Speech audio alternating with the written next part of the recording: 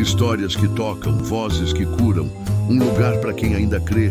O som do meu amado está no ar.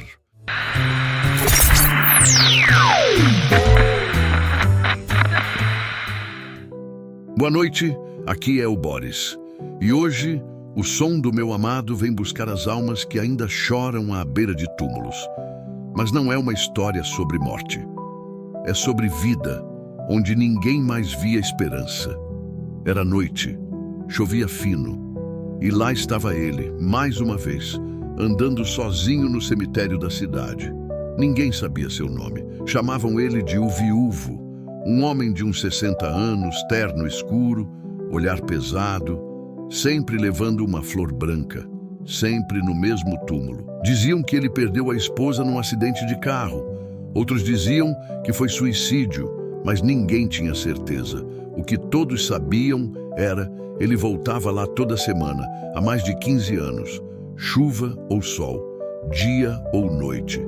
Um dia, um jovem chamado Natan decidiu seguir esse homem. Sentia que tinha algo naquela história que ainda não tinha sido contada. Ele o seguiu discretamente, entre os túmulos, e parou de respirar por um segundo quando viu. O homem não parava em um túmulo, mas em 3. Sim, 3 túmulos enfileirados. A esposa, a filha e o pastor. O pastor? Sim. Natan se aproximou e viu os nomes. 3 lápides frias. E foi ali que o velho homem, como se soubesse que estava sendo observado, começou a falar. Eu os matei, ele disse. Natan congelou. O homem ajoelhou e, com lágrimas nos olhos, contou uma história que ninguém nunca soube. Ele era diácono de uma igreja, casado, pai de uma menina, homem respeitado, mas com o coração cheio de orgulho. Um dia, descobriu que sua esposa frequentava conselhos com o pastor. Disse que não estava bem emocionalmente. Ele surtou. Achou que ela o estava traindo, sem provas, sem diálogo, sem misericórdia. Naquela noite teve uma briga em casa. A filha tentou separar. Desesperada, correu até a igreja buscar ajuda. O pastor foi até a casa, mas Jorge, sim, o nome dele era Jorge, perdeu o controle.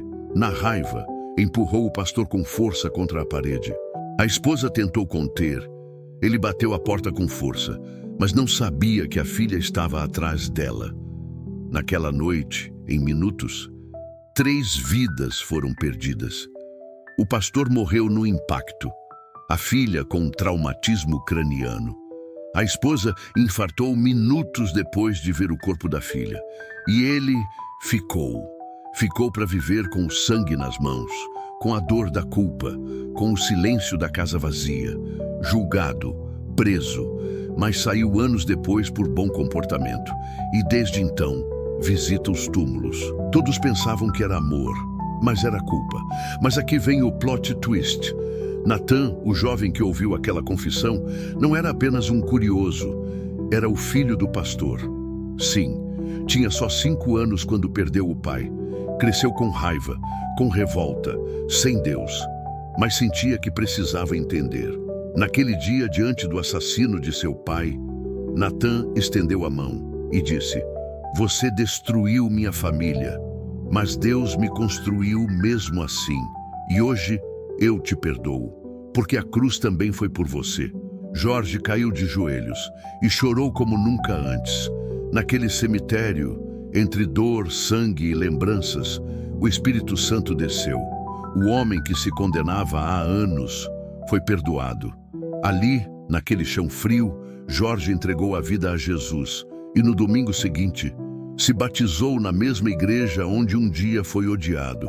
Talvez você tenha pensado, essa história é pesada demais.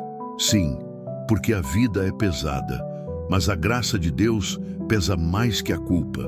Tem gente que vive visitando túmulos da alma, culpas do passado, tragédias não superadas.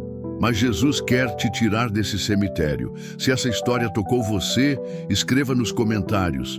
A graça é maior que a culpa. E se você precisa de um caminho de cura, o e-book Cura pela Fé é uma jornada de 21 dias para restaurar o seu interior.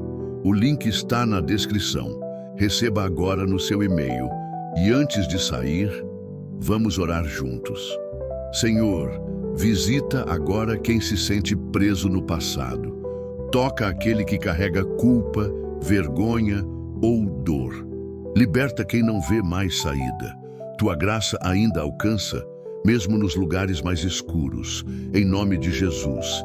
A graça do Senhor Jesus, o amor de Deus e a comunhão do Espírito Santo sejam com você. Amém.